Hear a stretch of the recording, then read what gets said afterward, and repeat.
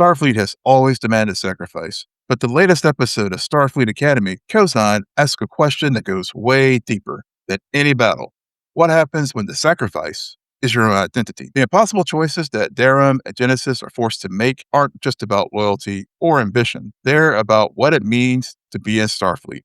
This isn't just another physical test or a simulated crisis. It's a moment designed to strip away who they think they should be and reveal who they truly are. So today, I'm breaking down how their personal struggles explore that classic Star Trek tension between the person Starfleet wants you to be and the person you actually want to become. Priority 1 message from Starfleet coming in on secured channel. I'm Will, and welcome back to another episode of Zeine Nerd Presents Blur Trek. This week, I'm giving my thoughts on Episode 7, Kozine. I have to say that I'm overall really enjoying Starfleet Academy, and this week is no different. Now, before I get into the why I think this episode mostly works, and I also have to admit there were some flaws, which I'll get to at the end, here's the spoiler-free setup. It's All World's Day. It's a celebration across the Federation.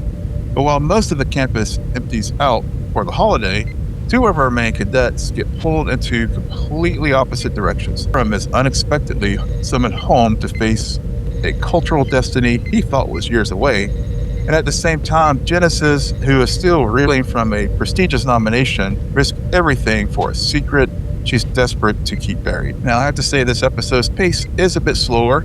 It's more character-focused, moving on from the immediate trauma from the month before at the Academy with the Misaki incident to explore the internal battles that our heroes are fighting. Now, if you haven't watched Kozine, written by Alex Taub and Eric Anthony Glover and directed by Andy, I highly recommend you watch it first because we're officially heading into full spoiler territory. Now, the episode kicks off Darem's story with what looks like a violent kidnapping. He gets pulled in through a portal right off the Athena, and Jaden, ever the loyal friend, drops his plans to dive right in after him.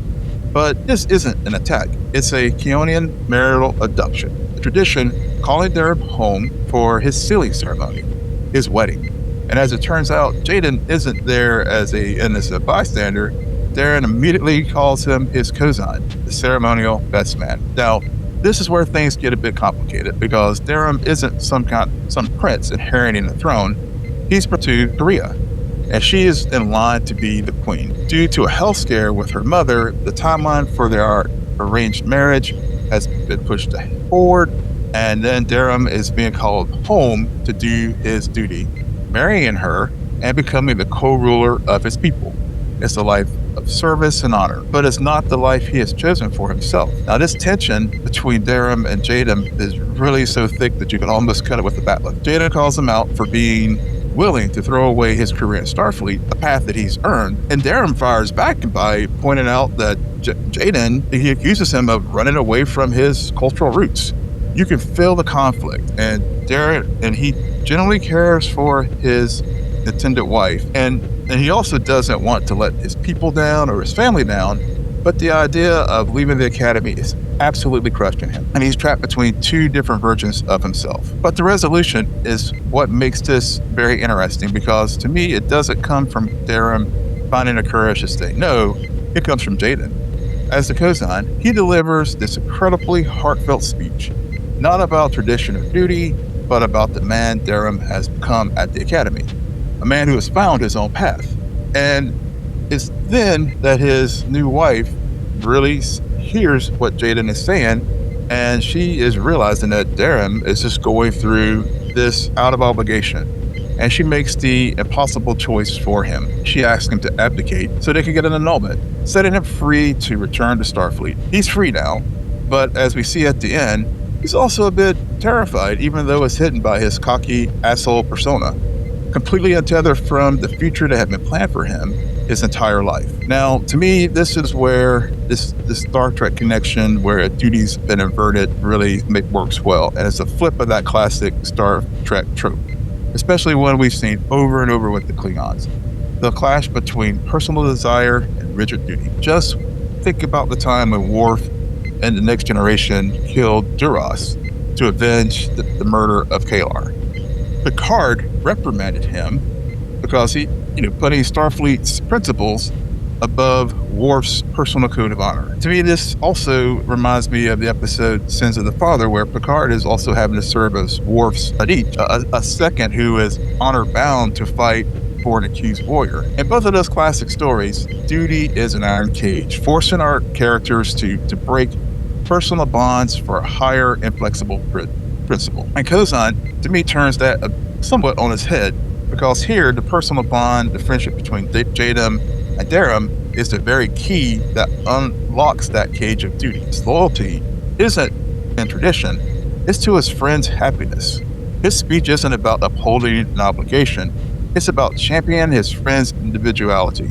Instead of acting as an enforcer of duty, Jaden acts as a liberator from it. It's a fresh, modern take on a classic Trek theme, suggesting that sometimes the greatest duty you have is to help a friend become the person they're meant to be. This episode argues that true honor isn't found by blindly following a path, but in having the courage to find your own, even if you need a friend to help show you the way. Now, before I turn into the Genesis story, and if you're enjoying this so far, I'd like you to actually do 3 things for me. First, drop a comment about what you thought of Darem's story. Second, if you could hit that like button. And third, if you're really enjoying my reviews and news about Star Trek, hit that subscribe button and notification buttons so you never miss an episode of Cine Nerd Presents Blur Trek or our shows here on Cine Nerd. Now, let's get back to the episodes and get into the deception of Genesis' life. While Darem is off dealing with his destiny, Genesis is wrestling with her own future back at the nearly empty academy. The episode opens with Chancellor Key giving her amazing news that she's been nominated for the pre-command track, a fast track to the captain's chair.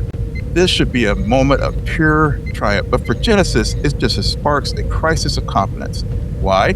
She's terrified of the background check that comes with the nomination, because it turns out she doctored her recommendation letters when she applied to the academy. She wasn't trying to hide a crime or some huge failure. She was just trying to erase the subtle criticisms that pointed to the all same flaw that she has, which is her ambition is driven by fear. Specifically, the fear of not living up to her high-ranking her father's an admiral, expectations. And I love how Caleb called her Dadmiral in that episode, but she hatches this plan. She ropes in Caleb, who's also staying on campus, into a series of hijinks, from chasing a warp-capable slug to playing a dangerous game of toxic or not toxic in the science labs. But it's all just a distraction, because her real goal here was to get Caleb to help her break into the bridge on the Athena so she can erase the evidence of her lie. Now, the dynamic between her and Caleb is just fantastic, I have to say, because that chaotic energy is the perfect foil for her structured by-the-book personality. We got drops about how she's acing all her classes and stuff. And I have to say, too, that the chemistry feels less like a budding romance, but more like platonic soulmates, with each of them leaning on each other for support they desperately need. But what's so compelling here is that the episode doesn't just frame her deception as a simple moral failing, but as a core part of her character. Her lie is as a symptom of a much deeper insecurity, a desperate need of outside approval, because she hasn't learned to approve of herself yet. She's so afraid of being seen as a Nepo baby who didn't earn her spot that she ironically commits a crime that could get her kicked out of the academy entirely. So this episode really asks a very mature question. Can ambition that's born from fear ever grow into real leadership? Something that Chancellor Key points out to her at the end. Her journey is a perfect contrast to Caleb's, who's been avoiding contacting Terima, who's recovering on Beta Z after the trauma from a month prior. He's scared of his own vulnerability and what she saw in his mind.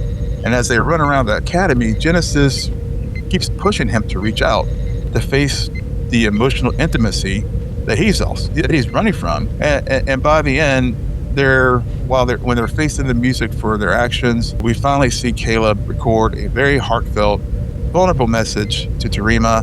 And in that moment, he chooses honesty, right as Genesis is being punished for her dishonesty. She gets caught, loses the command spot, and ends up on cleanup duty with Caleb. While she wasn't expelled, her biggest flaw has been exposed.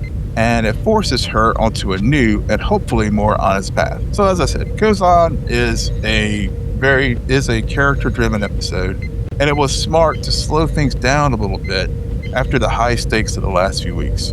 I think the best strengths of this episode is focus on the genuine bonds between the characters. The dynamic between Jaden and Darem leading up to that incredible speech is easily one of the best moments of the season. And the chemistry between Genesis and Caleb is dynamic, exploring a deep friendship without just defaulting to a young adult series romance. And this episode, I think, really succeeds in exploring the pressures of youthful dreams versus outside expectations. But I have to say, with all the great things about it, there were some things that weren't perfect. For some viewers, the resolution to Darem's story might feel a little weak, having his Aria make the decision for him, while emotional, does kind of reduce his own agency in his liberation. The episode also gives a nod to the trauma from Biabi's death and the incident with Moose Braca, but I feel like it was only in passing, which really feels like a missed opportunity to explore the fallout. And while we did get a taste of the Keonian culture, the lore still felt a bit undeveloped, and I know budgets are very critical in these shows, but given that Darem and the rest of them weren't in their natural look and look normal human, was a little bit of a drawback. And the last point I think too was just this was again a very heavy dialogue exposition episode, and so some viewers may have been disengaged from that, given that it wasn't as dynamic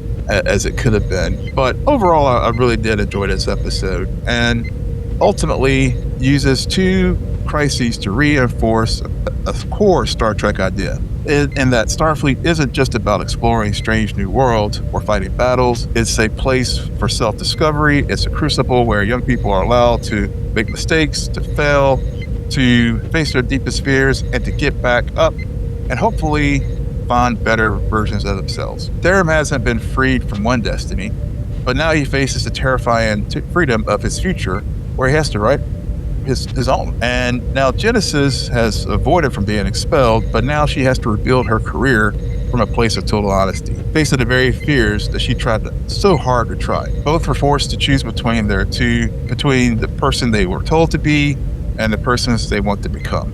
This episode leaves them in a vulnerable, uncertain place, but ultimately a very promising future. And that's the real heart of Starfleet Academy. It's not about creating perfect officers. It's, as Nala Aki noted, we're all very flawed people. But it's about forging leaders, and as this episode argues, true leadership isn't inherited, it's chosen. But what did you think? Did Darem's resolution work for you, or did you want to make him see the final choice himself? And what do you think is next for Genesis now that her secret's out? Let me know your theories in the comments below. And if you haven't already, please be sure to hit that subscribe and like button. And as always, live long and prosper.